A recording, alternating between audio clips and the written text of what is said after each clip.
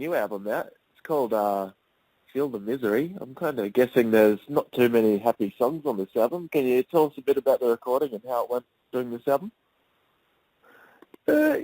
Yeah, I think that the title does give away the content somewhat. But then, if your band's name is My Dying Bride, then you know it's not going to be pop music.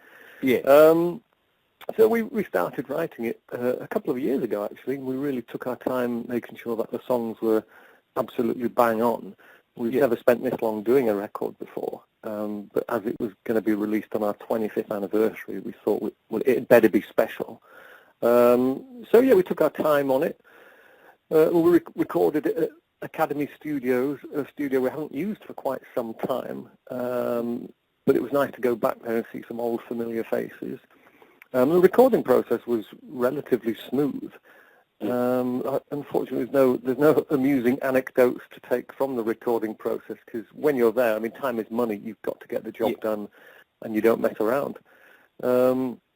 Recorded I think we started recording in October last year. It was on and off. We had a very relaxed attitude to the recording, rather than go in and blitz the thing constantly. We went in weekends and evenings and really took our time doing it, and finished recording in February, I think.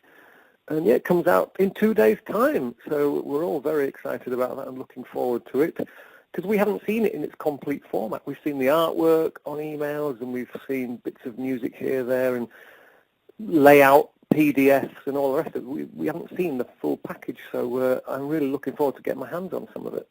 Yeah, something I really love about you guys is you always put in a lot of effort with your vinyl releases. I've got a couple of your albums down vinyl, and hopefully get the rest of the collection eventually.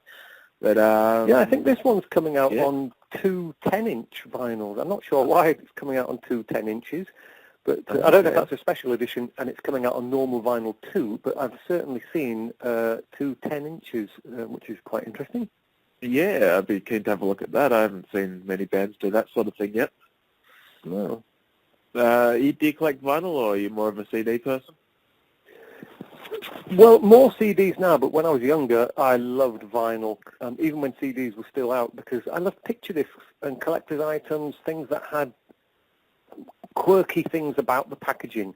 I loved all that stuff. Things that weren't pressed properly, the wrong songs on the wrong side, all that sort of stuff. I loved it all, yeah. Yeah. Just reading a bit on Wikipedia, apparently one of the things you draw inspiration from is the Bible. Are you religious at all, or you just like that style of writing? I'm not religious, but I appreciate that there's a lot of people who are, and they need some form of deity to help them get through life, if life is a struggle for them, and that's absolutely fine. But for me, it's not my cup of tea. I just think the book is very interesting. It's complete rubbish, of course, but it has some great lines in it, some great paragraphs, some great characters, and it's something that is pretty much worldwide.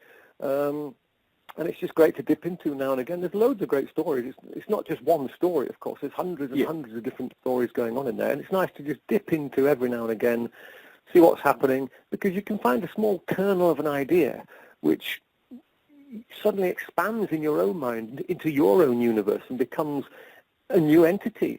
And so it's nice to just dip into every now and again. I've got a real old one from 1880. It's all falling apart, and it's huge. And it looks great, it smells great, and it's just nice to rifle through a bit. Yeah, it's even believed that Shakespeare was one of the translators in the King James Version, so there's some definitely cool writing style in the book if you're sure. a fan of that. Is there any other books or anything you're really appreciating at the moment, or any albums that you're really digging? Album-wise, not really. I keep going back to old school shit. I should really move on a bit. I still adore like the first 3 Bathory albums, which is going back a long, long time, and early Metallica. Because I guess I was at an age where I was easily influenced and easily impressed, and so when I bought those early records, they really made an impact. It's hard to let them go. So I keep listening to that kind of old school stuff, which is nice. Book-wise, I'm actually reading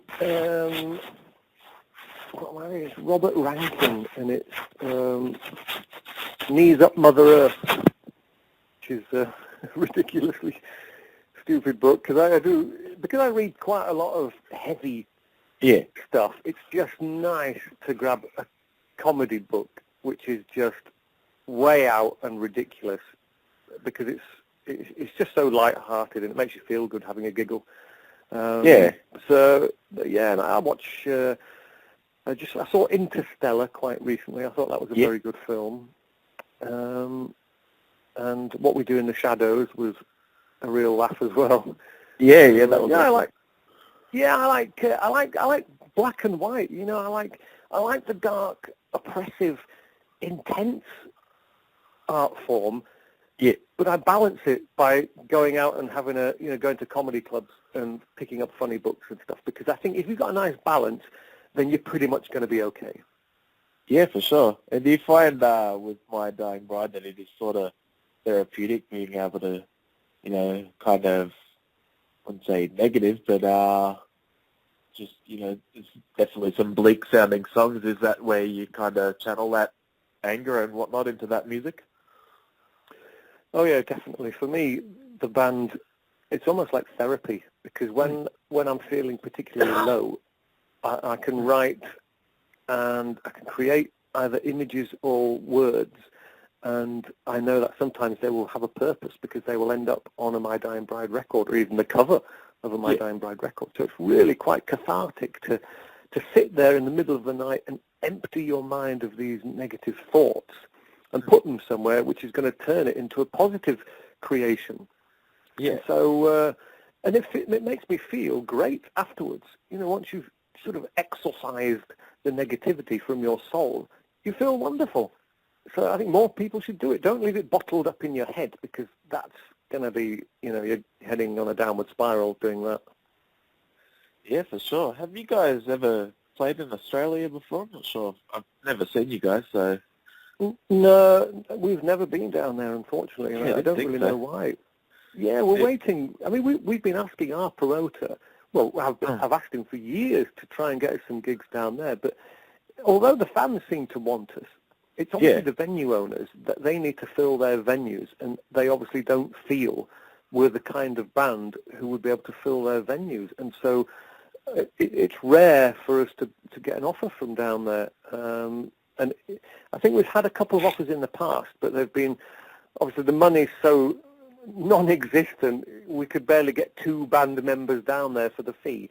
So, but we're still working on it. We're never going to give up. We all want to go down there. It's just, someone's got to do the maths right, and we'll get down there. Unfortunately, the album's getting some great reviews, so hopefully, some of the venue owners down there will think, right, well, let's get them down there. The album seems to be selling well. Let's see what happens if we can fill a venue for them.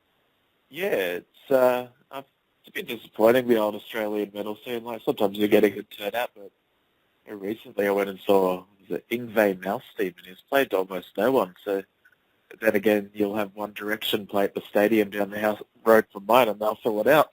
So I don't know. I guess that's how it is. It's quite disappointing, that really, isn't it? Yeah.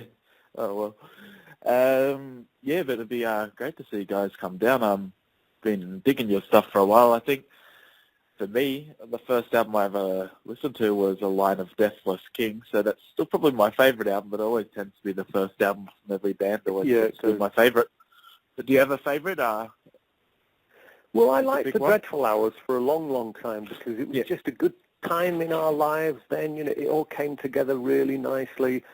We're all best buddies. Yeah, I did the artwork for that, and I think it all came out really nice. And I think there's a good selection of songs on there that really represent what My Dying Bride can do from start to finish. When I listen to that album, I don't see a single weak song at all. I think they're all great.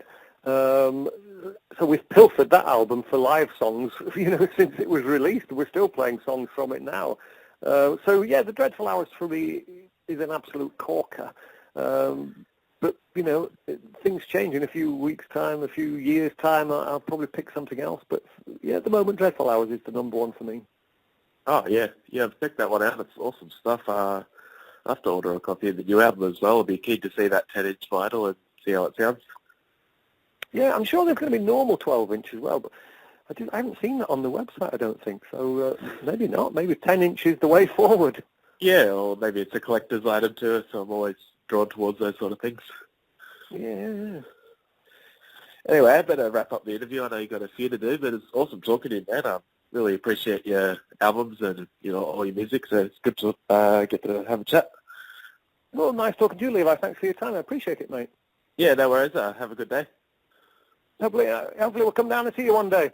Okay, cheers, dude. Thanks for that. Cheers, then. Bye-bye. Bye.